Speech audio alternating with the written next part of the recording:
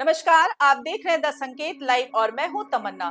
दिल्ली की अदालत से एक बड़ी खबर सामने आई है दोस्तों, जिसमें 2020 के उत्तर पूर्वी दिल्ली दंगों से जुड़े कथित बड़ी साजिश मामले में आरोपी शर्जील इमाम को 10 दिनों की अंतरिम जमानत दे दी गई है।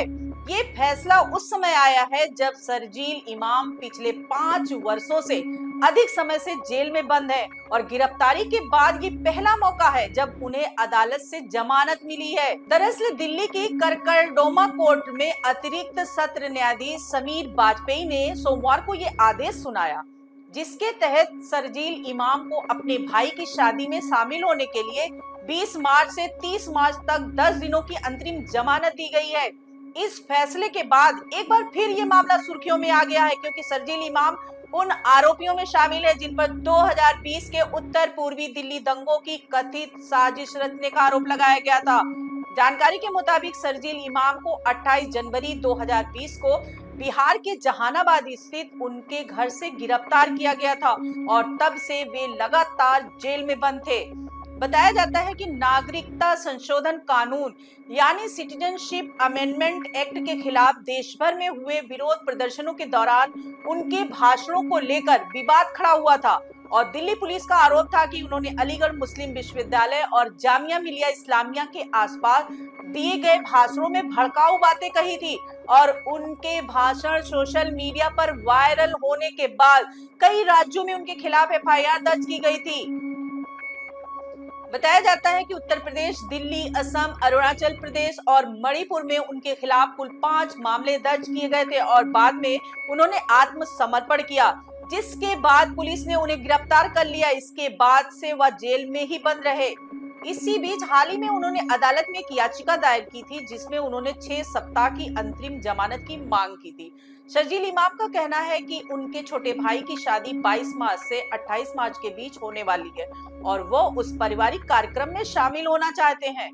इसके अलावा उन्होंने ये भी कहा कि पिछले कुछ वर्षों में उनकी मां की तबीयत काफी खराब हो गई है और वो उनके साथ कुछ समय बिताना चाहते हैं, लेकिन इस मांग का दिल्ली पुलिस की ओर से कड़ा विरोध किया गया। अभियोजन पक्ष ने अदालत में कहा कि जांच के दौरान ये सामने आया है कि शादी के आयोजन में शर्जील इमाम की उपस्थिति अनिवार्य नहीं है और परिवार के अन्य सदस्य इस कार्यक्रम का प्रबंधन कर रहे हैं। अभियोजन पक्ष का ये भी कहना है कि उनकी मां की स्थिति गंभीर नहीं है और इसलिए 6 सप्ताह की अंतरिम जमानत देना जरूरी नहीं है। उन्होंने अदालत से कहा कि यदि राहत दी भी जाए तो वो 6 दिनों से अधिक की नहीं होनी चाहिए। हालांकि अदालत ने दोनों पक्षों की दलीलें सुनने के बाद बीच का रास्ता निकालते हुए शर्जील इमाम को 10 दिनों की अंतरिम जमानत दे दी है, लेकिन इसके साथ ही अदालत ने कई सख्त निर्देश भी जारी किए हैं। अदालत ने स्पष्ट किया है कि जमानत अवधि के दौरान शर्जील इमाम मामले से जुड़े किसी भी गवाह से संपर्क नहीं करेंगे।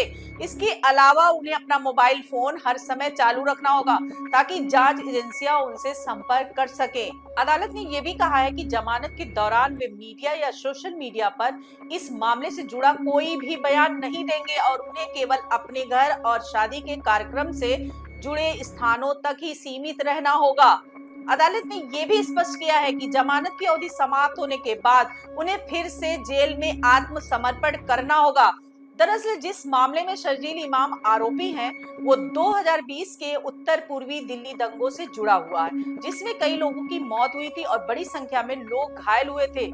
इस मामले में कुल 18 लोगों पर हिंसा भड़काने की साजिश रचने का आरोप लगाया गया है और शर्जील इमाम भी उन आरोपियों में शामिल है।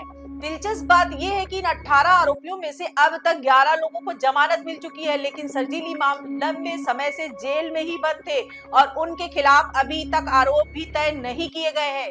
यही कारण है कि अदालत का ये फैसला कानूनी और राजनीतिक दोनों दृष्टियों से चर्चा का विषय बन गया है, क्योंकि एक तरफ ये मामला नागरिकता संशोधन कानून के खिलाफ हुए प्रदर्शनों से जुड़ा हुआ है, तो वहीं दूसरी तरफ ये उत्तर पूर्वी दिल्ली दंगों की जांच से भी संबंधित है। फिलहाल अदालत ने सीमित अवधि के लिए उन्हें राहत तो दे दी है और आगे की सुनवाई में ये तय होगा कि इस मामले की कानूनी प्रक्रिया किस दिशा में आगे बढ़ती है। इस फैसले के बाद राजनीतिक और सामाजिक हलकों में भी बहस तेज हो गई है। कुछ लोग इसे मानवीय आधार पर लिया गया फैसला मान रहे हैं, तो कुछ का कहना है कि इतने गंभीर मामले में आरोपी को जमानत देने पर सवाल उठ सकते हैं।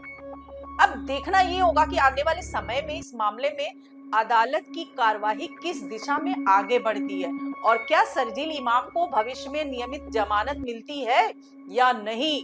आप इस पूरे मामले को किस नजरिए से देखते हैं, अपनी राय कमेंट्स में जरूर बताइएगा। चैनल को सब्सक्राइब कीजिए। आज के लिए इतना ही। नमस्कार दोस्तों।